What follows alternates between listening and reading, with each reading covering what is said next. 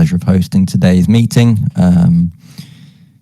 As Grant said, Parker's, I think, is doing some exciting things today with some potential or current partners. That's pretty exciting. Hopefully we might hear some stuff about that soon.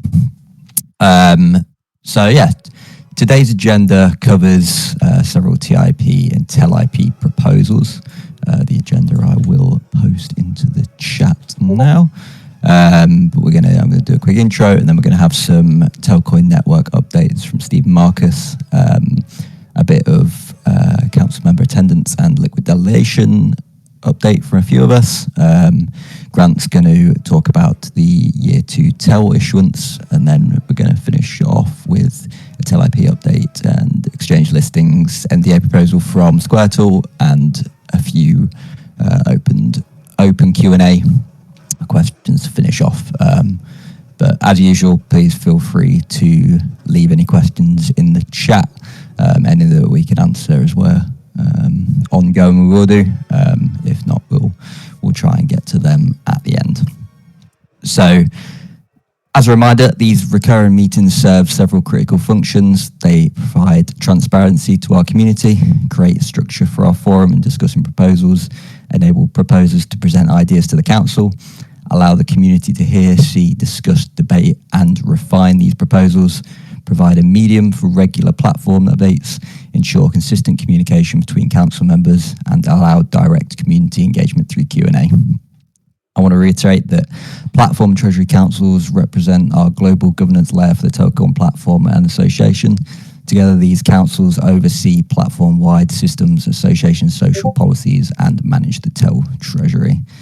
The primary duties of the Telcoin platform governance system, as self-organised and determined by 4 minor groups and their elected councils within the association, are to provision, which is to plan and finance platform infrastructure construction and maintenance, to provide information and other collective goods, and to allocate regulated TEL sustainably within the platform for the 4 minor groups to harvest based on their production according to rules set by the councils. As council members, our responsibilities include reviewing and voting on snapshot proposals, attending council meetings, providing the community with regular updates, monitoring the platform systems, and enforcing operational rules. So quickly, just to recap a few points from the last meeting, and then we'll get started. We had a Telcoin network development update as usual. We went through some of the council member attendance and liquid delegation process, NDA process, and exchange listings moving to snapshot, which we're going to talk more about today, as well as the TELIP year 2 issuance and a few of the proposed changes that Parker wanted to mention, and also a recap of the partnership with the game company and their intention to launch some of its platform to build on the Telcoin network.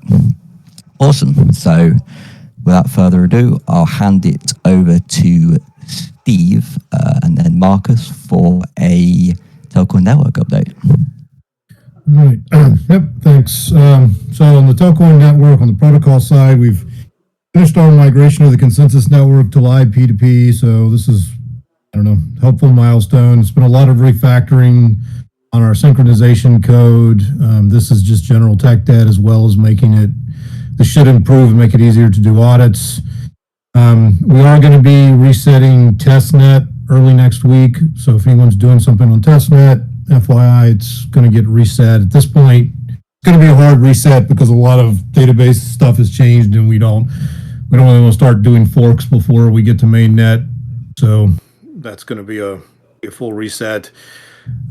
We also had our first open source contribution that went fully through the process. So thanks to Ari Jones for doing that.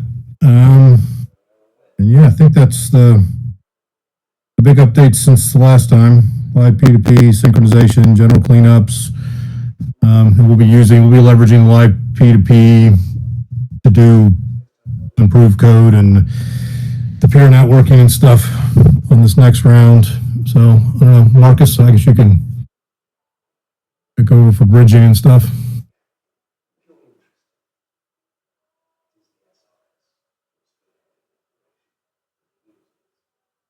All right. I had a bit of trouble finding my unmute button. Yeah, absolutely. We've got some exciting updates this week. I feel like, the protocol team is flying by, especially with Telcoin network stuff.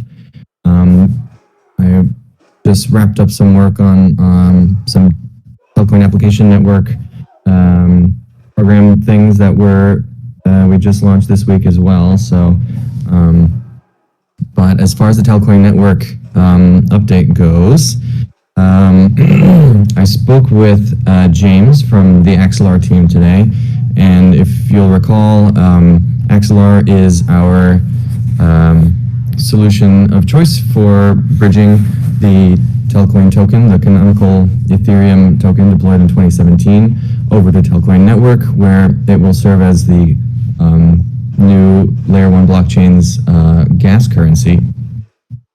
And this type of bridging is different in most than most bridge setups, because generally when you're talking about bridging tokens across chains, they tend to start and end in ERC20 format, which is sort of a standardized smart contract layer ledger for the token. But with our nuance, where we are targeting the base layer gas currency of Telcoin network, we have some nuances to address in the spec. And so in my meeting today with James, we got a pretty awesome update. He's a little higher up in the Axelar hierarchy than the previous DevRel who we've been speaking to in the past. And so we got some more technical clarity on how our bridge setup will work, which is really great for me, as I'm sort of in the process of finalizing the smart contracts that are involved in the bridge architecture. And so some of the updates, some of the really positive updates there are that the smart contract architecture, everything that we've designed our bridging solution around for the Axelar product, which again is sort of its own decentralized blockchain that is centered around verifying cross-chain messages. It's called the Axelar GMP, which stands for General Message Passing Protocol. All of the smart contracts that I've written so far to this point, and the other infrastructure, including relayers, as well as contract deployments on Axelar mainnet itself, DevNet itself, they are all forwards compatible with the solution that they're recommending we take. And the solution that they're recommending is called the Interchain Token Service, which when we first began work on bridging was not live yet, which is, I believe, I can't speak for the DevRel we were working with previously for the past few months, but I believe that is the reason why the Interchain Token Service wasn't yet their recommendation for new projects to sort of build their bridging implementations around. But now that it's live, we have some good news in addition to the fact that we will be sort of refactoring some existing code to work with the Interchain Token Service, but we also got word that there are, as of today, 2 other blockchains who have sort of performed a similar, not identical obviously, but a similar spec, which is to target the native gas currency of a new blockchain from a canonical ERC20 token. And this is pretty cool because it shows that we're one of the first. You might know this. We're on the cutting edge. We're we're sort of pioneering this endeavor of targeting a gas currency on a new Layer 1 blockchain.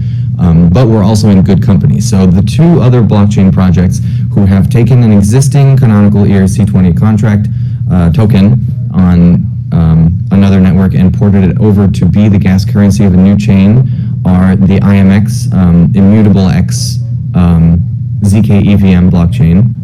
Extremely cutting edge, that uses zero knowledge sort of embedded into the execution layer. And the second blockchain network to do something similar to what we are working on is, believe it or not, Ripple. So XRP is sort of working on an integration with Axelar, again, sort of with the goal of using an EVM ERC20 on sort of non-native chains and using the XRP native token on their blockchain where it serves as the gas currency. So the XRP case obviously is sort of the opposite of what we're doing. We're going from an ERC20 to a native gas token, and Ripple is going in the opposite direction where they have their native gas currency, which has existed for a long time now, probably since 2016 or 15 or what have you, and porting it over to a native interchain token standard, which is an ERC20 again on EVM networks. So pretty exciting stuff to know that we're in good company with such major projects and working on something that really has not been done by other projects. Really very much on the cutting edge. So that's my update from a quick meeting with James today. Like I said, I'm working on sort of refactoring some of the contracts that I've worked with to support the newer Axelar version, the interchain token standard, and it again, it's forwards compatible with the existing gateways, so there's really not many changes to make. The main one, which I don't want to speak too far ahead because, again, I just had this meeting today, but the main change I'm looking at will be finding a way to make the Telcoin token on mainnet ITS compatible. And so there will almost certainly have to be some sort of wrapping that needs to take place on Ethereum mainnet, but that's pretty standard for making a token bridgeable. For example, I believe we've done that with the Polygon bridging setup, which is different, significantly easier because Polygon is essentially a layer 2 next to Ethereum, or at least the TEL token is going from ERC to ERC in that scenario. So the last thing I wanted to mention is I'll try to preserve an aura of mystery around it because I don't want to divulge too much, but we're preparing for MWC, which is a major mobile network event for mobile network operators and GSMA members.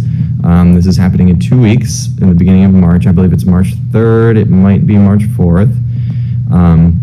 A number of Telcoin employees and Telcoin Association members will be attending, including Grant. And while there, we will be showcasing some exciting new contract deployments and features, which we expect will attract MNO attention. And we are already seeing some promising leads that are in the works for MNOs becoming validators at mainnet launch. So I'll leave it at that. I know it's a bit vague, but it's all exciting stuff, believe me.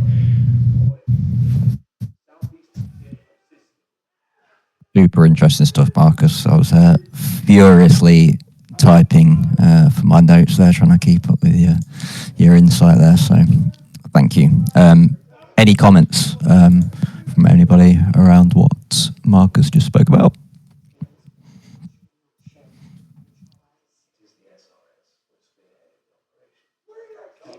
Awesome. Okay, so we're going to go straight into some information around the council member removals and liquid delegation process.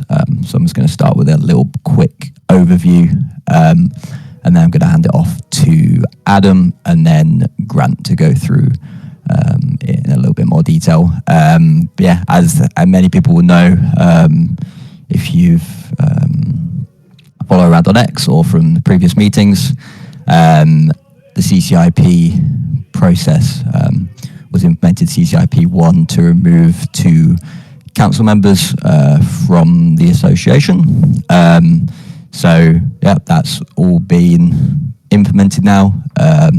Snapshot was approved and the TAO have taken the steps to revoke the NFT for those 2 council members, and the TAO are now voting on behalf of as they have done for a few of the snapshots that have gone live this week. So applications are live on the forum. for the two different positions. I will post those two into the chat. So yep, those two are live. So you go into those, that will give all the information needed, but Grant will go through a bit more detail at the end here, but I'm going to quickly hand it over to SquareTel to go through a little bit of information about the sort of roles and importance of the council members. Perfect. Thank you, Buddy. So, as Simon mentioned about the applications currently open for Platform Council, I just want to take a moment to emphasise the importance. So, I made a post on the election pages regarding all the applications and the selection process. So, if you are considering applying, please ensure that you're genuinely committed, ready to dedicate the necessary time, effort, and expertise. Every council member plays a critical role in this to driving the platform's growth and long-term success. It's genuinely not a position for those seeking a passive role. It's a collaborative approach. We're looking for individuals who are able to work as a team. We're already applying, who are ready to apply their skills, connections, industry knowledge to help shape the strongest possible future for Telcoin. So what this entails, any applicant, we would expect to have essentially a strong understanding of Telcoin, its operations and its ecosystem. This is crucial, that crucial understanding for the role. It's important to acknowledge that being in this position, it does come with both community support and at times criticism. So the Telcoin community are passionate, they're engaged and they are highly vocal. However, when they see genuine commitment and consistent effort, they will stand by you. So with that said, if you are looking to apply, resilience is key. Skepticism will arrive, but the best way to counter that is essentially through hard work and dedication. So this role on the council does require a thick skin and a results-driven mindset to push through challenges and demonstrate that we are here to deliver. So if you do believe you are the right fit and are ready to contribute meaningfully, we strongly encourage you to apply. And we look forward to seeing all the applications.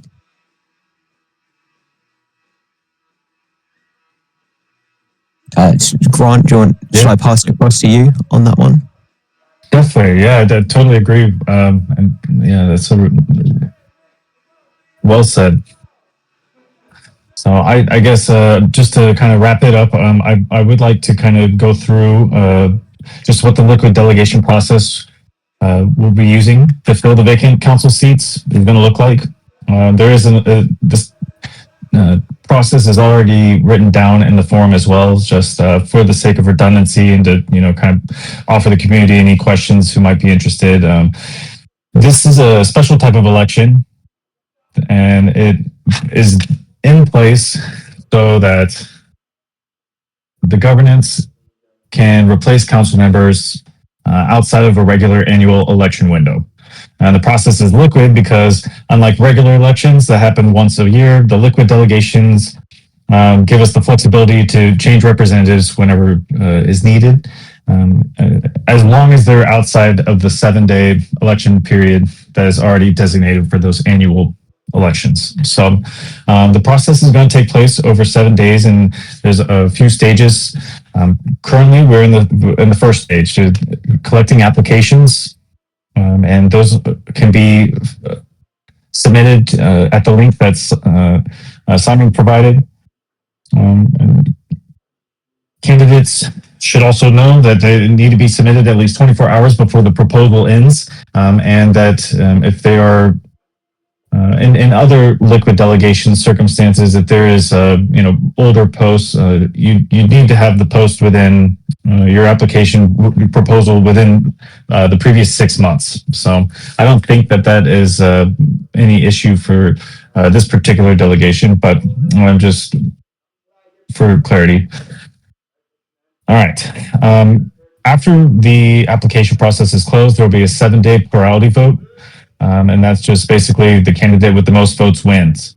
In order for the election to be concluded, we need a 20% quorum. And that's from the minor groups that are affected. So this would be for the stakers and the liquidity miners. So if you are a member of those two communities, it is important that you vote in these in this liquid delegation, because we need at least 20% to reach quorum. So once quorum is reached, the TAL is going to transfer the council members' NFT to the new electorate. And that NFT is what grants the council member proposal rights, voting authority, and TEL issuance. So, yeah, just want to remind everybody how important it is to have that active participation. It's crucial for our governance. And with that, I'm happy to answer any questions regarding this election or just the proposal process.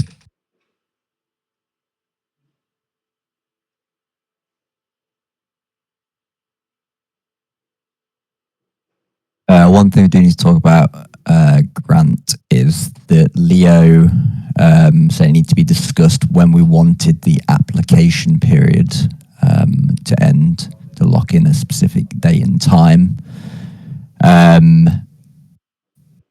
Yes, that is correct. So I think we in the forum post it mentions the week of the 3rd.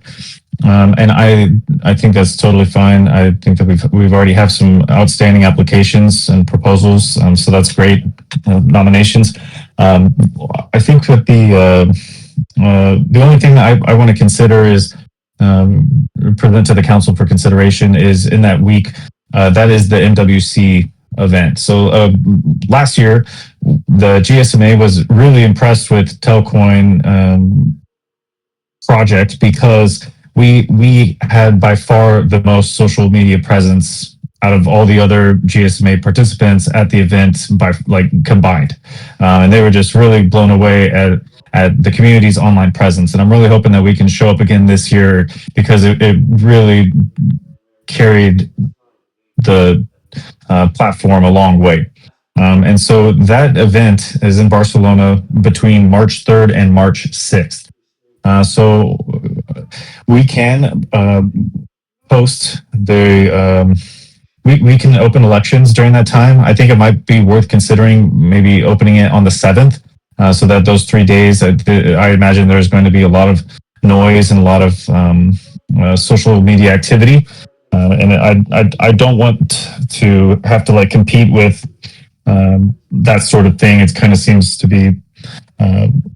I'm concerned that we might have just the election stuff kind of get drowned out. But then again, yeah, that's just one consideration. We can also open it up on the 3rd, and that'd be a Monday to Monday thing. We could do really any day of that week. I'm fine with. But I did want to just throw out the MWC dates are March 3rd, 5th, 4th, 5th, and 6th. So. Okay, so on that, I do think that from my personal perspective, the 7th does sound like a good date because we're going to have the community pushing everything out as well. There's going to be a lot of awareness. So we can actually drive even more hype from that as well to entice a lot of people. So yeah, I'm more than happy from that side. It's entirely up to everyone else within the council. I think the more people that know about it and the more awareness, the better it is. We've got some amazing candidates currently as well. So I'd love to see kind of the whole wealth to ensure that everyone does know. Oh yeah. Yeah, I agree with that. Just FYI, is it the 7th we're proposing for the snapshot vote to go live, or for it to end, for the application period to end? I'm proposing that we start the election on March 7th to start the 7-day window. So I guess in that case, it would run Friday to Friday. Okay, so the applications will end on the 6th. Yes. Do we want to say that's 6 p.m. Central?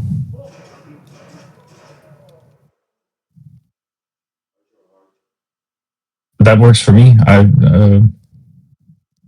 Yeah, that's whenever's easiest for everyone. I think as long as we've got the set deadline there, the time frame, it doesn't matter too much as long as we've got that set in stone. So if we're in all agreement from 6 Central, then happy with that. And that'd be 000 UTC. Yes. Cool. Okay. Yeah, that works for me. Any other council members So have anything to say? I know you have answered it in this doc we're looking at, Grant. But I had a question around the unclaimed remuneration that so the 2 council members who were had their NFTs revoked never actually claimed any of their Telflow issuance. So yeah, it's a bit of an open question. I don't really have my own answer, but is Yeah. I can speak Is about it- that. Exactly. Yeah, Amir, please. yeah, I say yeah. you said it's transferred back to the TAL safe. Is that something that's set in stone that happens, or is it free to basically or to potentially discuss other things that can happen to that amount? I think that it's definitely an open discussion. We figured for the sake of time for now, we just send it back to the association. Obviously, those funds would have originally been distributed as part of the token platform. So I definitely think there's discussion about sending it back. It was sent there essentially as just a safekeeping, something to hold for now. But I think the platform definitely has the position to say, "Hey, listen, these are originally our funds. Send it back." It was more just done to keep the ball moving. The same can be said for the funds that are currently being accumulated. Myself, as well as Parker, hold 2 NFTs currently for the people that were the council members. And those funds, once we relinquish the NFTs, will also be sent back to the town. So we have no intention of double dipping, essentially. So yeah, I think after that's done, if the platform wants to formally say, "Hey, it's time to give us the funds back" or whatever, I think we sent it back just so that, like I said, everybody had access or whatever. But it's an open discussion. If anybody wants to say, "Hey, it's time to move them over. This is what we want to use it for." Parker would probably be the best person to speak on that, but I definitely think it's an open discussion. Awesome. Yeah, I didn't specifically have anything in mind, but I was trying to think if there was anything greater that we can do. I kind of think of that as not really disposable, but we could do something other. It's not meant to be ours. It was meant to go to someone else, so we potentially could do something. But yeah, that's definitely something to have a think of. In the meantime, I think just for reference, it's around 750,000 tokens, I think, based on my quick maths. But yeah, I'd have to double check, but that sounds like it could be correct. So just out of curiosity, could we utilize it for essentially community marketing pushes as well? So utilize for any aspects in that sense? So like back in the old days, there used to be, for example, the community ambassador programs and like different ways of promoting people that are going above and beyond. Could that be utilized towards something like that as a way of like giving to the community essentially as well? I think potentially. This is a decentralized organization. At the end of the day, I think what the community decides, what the council members decide is kind of the rule of law. Like I said, at the time, the previous council members had never claimed. We figured it was just best to send it back versus like distributing it to other council members or something. So I think going forward, so long as there's a legitimate as well as an idea that really does work in the best interest of the Telcoin Council or the Telcoin platform, of the council, everything of that nature. I think anything really is on the table, so long as individuals or us as a group find it as the best interest. yeah, that was kind of the sort of things I was thinking of, Adam. I didn't quite know. I don't know how it would work. I don't know how it would work sort of from that, if that's sort of giving it away. Sure. Well, I don't know if it would legally, if that's possible or what. Not necessarily giving it away, but that's, yeah. Right. Well, legally, you know, that's why we have the Compliance Council. That's something that they can do. I think for now, the idea was simply, like I said, Parker and I hold 2 NFTs for the sake of voting and keeping things like NDAs, those votes going forwards. But we didn't want to take too heavy of a hand when it came to things like, okay, how do we redistribute these funds? Until we have a full council again. You know, there's certain things that are kind of, hey, it's important that these things are held up because we're down a few council members. Other things that are less time sensitive. We really want this to be decentralized. We want as many council members to have their voice. So we try not to make too many decisions in the interim. So I think a lot of these things will, you know, it's great that we're discussing it now, but we probably won't have a real answer until we have a full council again, would be my guess. Yeah, that's good to know. Thanks for that, Amir. Yeah, of course. Okay. Any more comments or questions around that before we head on to the next thing?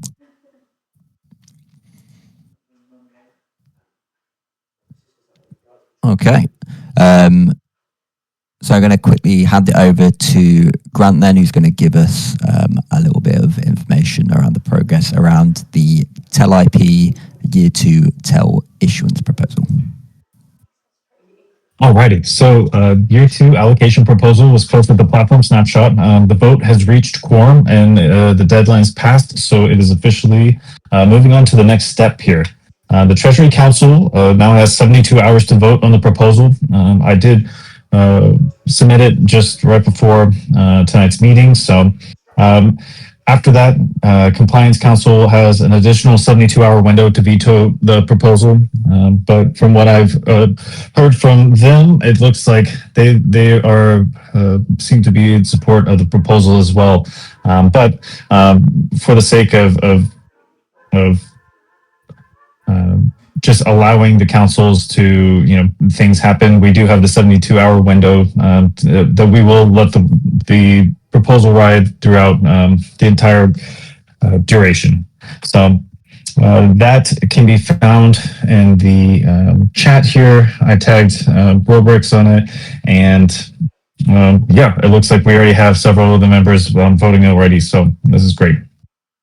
Just quick overview of the proposal for anyone who's interested. And as a quick reminder, this is for the Year 2 TEL allocation of 900 million TEL. 900 million is 10% of the current TEL remaining, the remaining TEL treasury. It's intended to sustain core platform development and miner incentives, and really it affects all miners and all councils. So part of the proposal covers engineering, security, operational investments, and really is just to kind of like demonstrate to the community how we plan to build and robust the secure infrastructure for the platform and sustainable growth.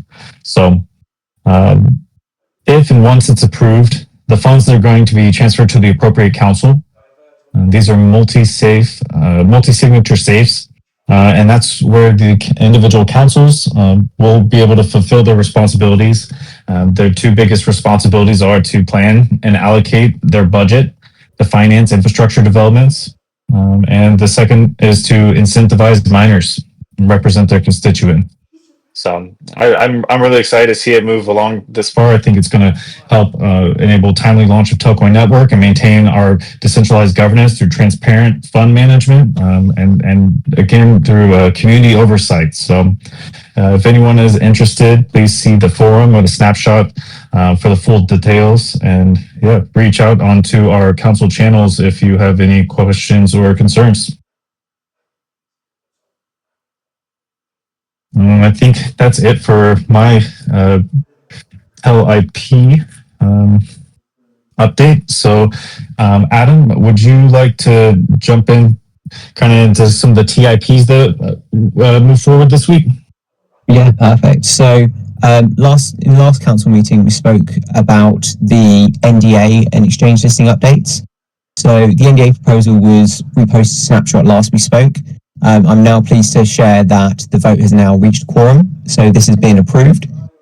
This means that the NDAs will be sent out to all the council members. With this approval, we now have the ability to provide the Telcoin Association with the necessary information to accurately assess each negotiation, exchange listing, marketing initiative, essentially anything that's covered under an NDA. So this ensures that we can vote with clarity and move forward effectively.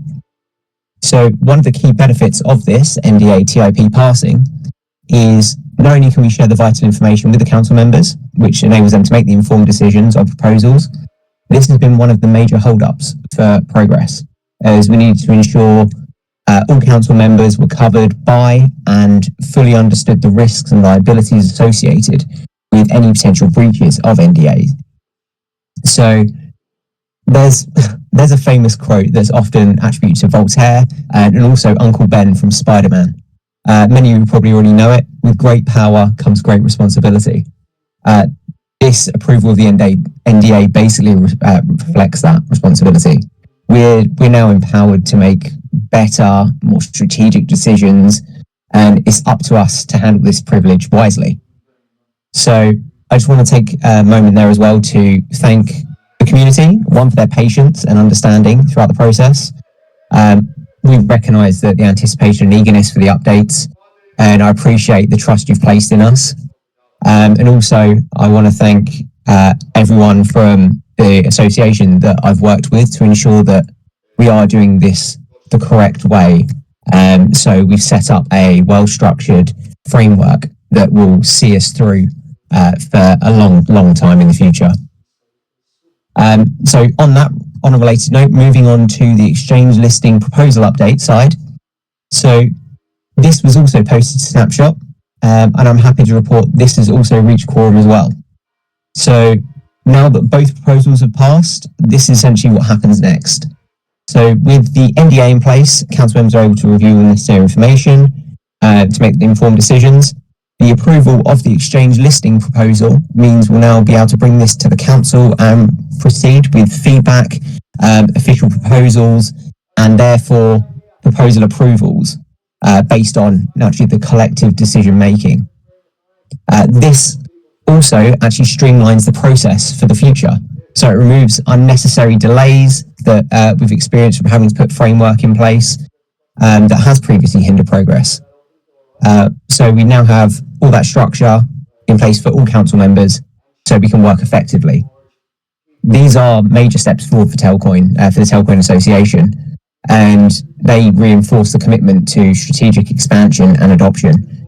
So again, I want to say thank you to the community. So your presence out there with the exchanges, making your voices heard and saying where you want to be, it truly does make a difference. The association, again, with all the support and the future votes as well for the new council members, and also all the council members that have helped during this process, because it's not just myself, it is many of the council where we've worked on this together. So we've now created that structurally sound framework. So going forward, all of the engagement is essentially what drives this platform and the passion from every single one of you. So yeah, thank you all, and I look forward to what the future holds. Yeah, I'd just like to say something. I'd like to address Blue Plastic. If you'd just like to specify what you mean by, or can the community announce this? So for those who are not aware, Telcoin has officially been mapped and bridged over to the base network. This has allowed for any DeFi tool with the game company, and there's been some activity of it over there already via Twitter. Oh, so you're asking essentially is can we officially announce it?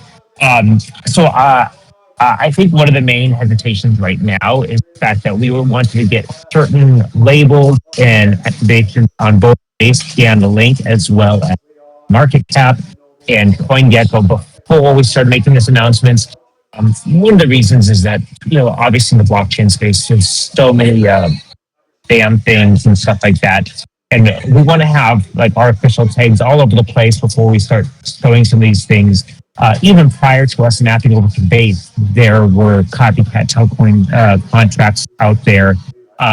So I'm not saying we can't make that announcement. That up until this point has been the reason for the risk of announcements, and simply because we want to make everybody to be able to look at it and know that this is the reputable, legitimate contract. One of the things that we've been working with the base team is that it's got our logo there now and everything. However, it still says an unknown reputation. And for those who are on Ethereum and Polygon, it says it's not unknown. It's still reputation. So that's one of the things that we've kind of been working towards. We were hoping to get a lot of these things in alignment before we kind of really went out there. But obviously this is DeFi. It's out there if you can already trade for it, things of that nature. But we will kind of want to have all of our ducks in a row before we start putting it out there. But let me see. Well, so I would say, as a community, you're welcome to say whatever you want. You can talk about it, stuff. I'm not going to pretend that, you shouldn't say that. Council members, I would say, should probably be a little bit more reserved in what they say. But as a community member, I can make no dictations on what you want to do. We probably won't announce it until we get a few more things in alignment, but you are welcome to you're welcome to do whatever you'd like. So that's all I really have to say on that. Is that the council will have a barrier that they need, a threshold that they want to make. But anybody who attends these meetings, which are open to everybody, you're welcome to do whatever you feel most comfortable with. Amazing. Thanks for answering that, Amir. For Boo, really appreciate it. And thanks, Adam, for your information and all your work you're doing around exchange listings. Hopefully we can see some exciting stuff soon now that we've got some NDAs in place. Awesome. So that's about everything we have set up on the agenda. We can go over to take any questions that you might have. If you're comfortable enough raising your hand, you can come up to the stage, or if there's any questions, please do post them in chat. I'm just going to go back and see if there's any questions that have been missed that I can answer. So BRNT, Bernd, not sure what your name is. So you're asking about the Genius Act. It doesn't really fall under the association's remit. It's more of a Telcoin's holdings business because it's to do with Telcoin Bank, etc. And then RS Andoval. You ask a question, will there be any evolution of the staking program where users earn rewards without the need to refer other users? So I don't really have an official answer to this. Maybe any of the Telcoin team if you're on. But as far as I'm aware, the current staking programs being set up because it's a pretty grey area around staking, and it's been set up purposefully to sort of be in line with the compliance first approach that Telcoin's taken in the past. So that's sort of the decision that they've made, is to implement the staking process like that.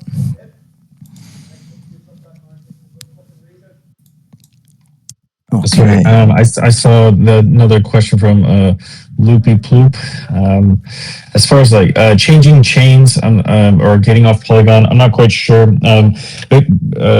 what you mean by changing chains, but the particular base conversation is really just about providing liquidity on different chains. Like again, kind of with the bridging discussion, there's wrap tokens that can exist as like one-to-one representations on different chains. It's kind of, you lock them up on one chain, they get minted on another, and they are one-for-one digital representations of each other. But this is more or less just about expanding Telcoin, the asset, making it available on different chains for DeFi.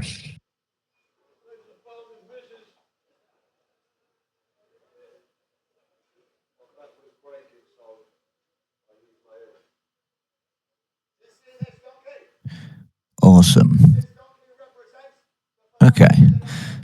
We might get a few questions at the end, but I'm just going to quickly just wrap up the end here, which is just to confirm the next meetings. So we're down for March 6th, March 20th, and then April 3rd.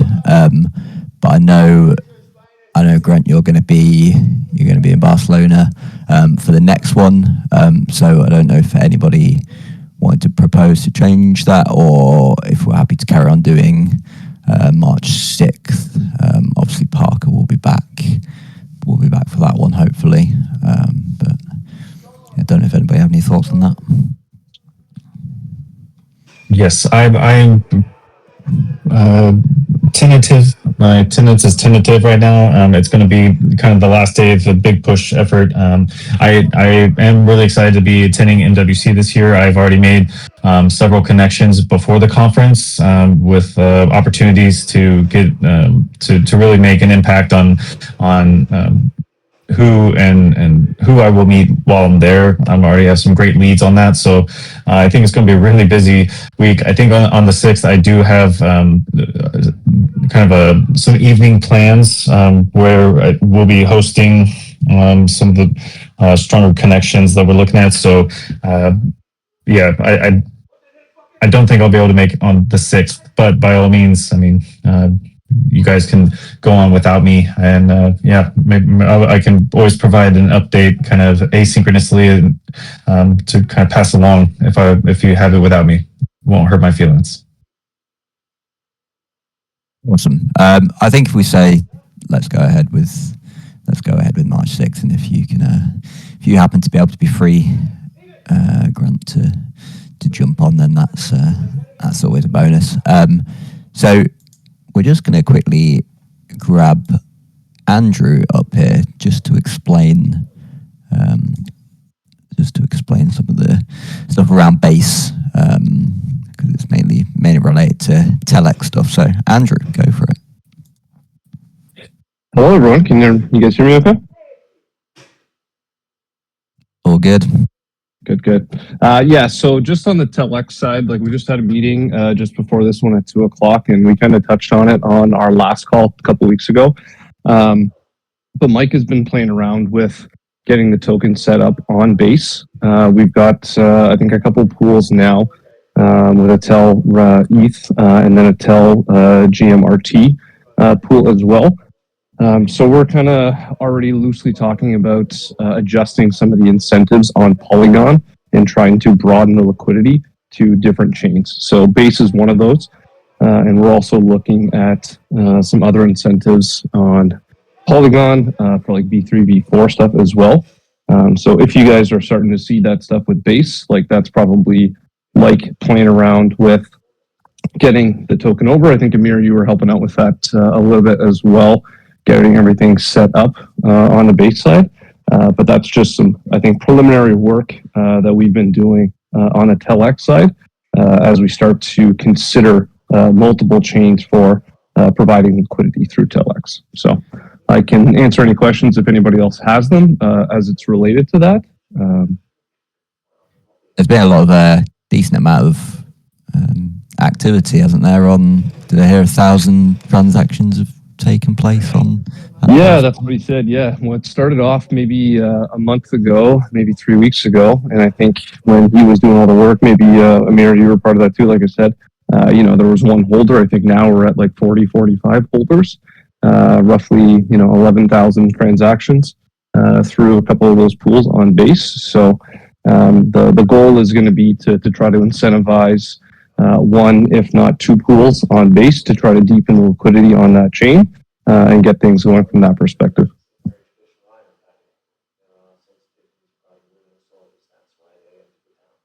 Great stuff. Any more questions for Andrew?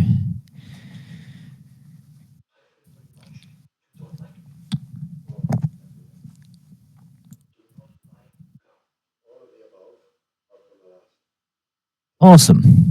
Well, thanks, Andrew. Really appreciate you coming up here to provide your knowledge. Much more knowledgeable about Telex than me. I need to dive into some of that stuff. Yeah, thanks for hopping up here, Andrew. Anytime, guys. Awesome. So if there's no more questions, I can see a few. Oh, we've got Tim requesting to speak. So let's get Tim up here. Hey, Tim. Can you hear me? All good. Okay. Hey, so I just saw the question in the chat that was talking about the Genius Act and its impact on Telcoin. First off, I think I would say that the Genius Act is just a bill that was been recently introduced. There's competing bill called the Stable Act. And so all these things have to work their way through both houses, then be negotiated before anything would come to fruition. That being said, there is a lot of energy to produce a stablecoin legislation. And this has been in the works for some time, and it would be the first crypto legislation before any other crypto legislation comes out of the U.S. So I would expect something to be done this year. There will probably be a period of transition before its requirements are implemented. So that being all said, it's going to be a bit of time before it actually has impact on the market. But it's actually a good thing for Telcoin. We've been working with legislators and have had comments on the crypto legislation, including stablecoin legislation. And Telcoin itself pursuing the digital asset banking license in Nebraska would be set up to be first in line in complying with any sort of federal legislation or act, whether it's the Genius Act or Stable Act or some version thereof. Because they're all being drafted to basically give some consistency to stable coins in being one for one in regulated accounts, being audited monthly, so that there will be a lot less risk to the market with backing reserves not being segregated accounts, or perhaps having dubious assets with dubious liquidity possibility. So you could basically break the buck on some of these stablecoins now. They're trying to avoid that. With Telcoin Bank and its stablecoin issuances, we would meet all those requirements, and we would be ahead in the licensing, because the licensing for stablecoins would be proposed to be handled by Comptroller of Currency, but also would be allowed to be issued by entities that are governed by state regulators, as long as those state regulations are analogous to the federal legislation, which the Nebraska banking statutes are. So basically, long story short, is we would be first out of the gate and have all our systems in place and be operating for quite some time when this came out, whereas all the other competitors would have to work to get their stablecoins to be in a compliant position. So that's my 2 cents from the legal perspective. I'm sure there might be other marketing and business development perspectives on it as well. But long story short, legislation is still in its very early stages, but as it's shaping up, we're involved in it, and we think it's going to be a good thing for Telcoin.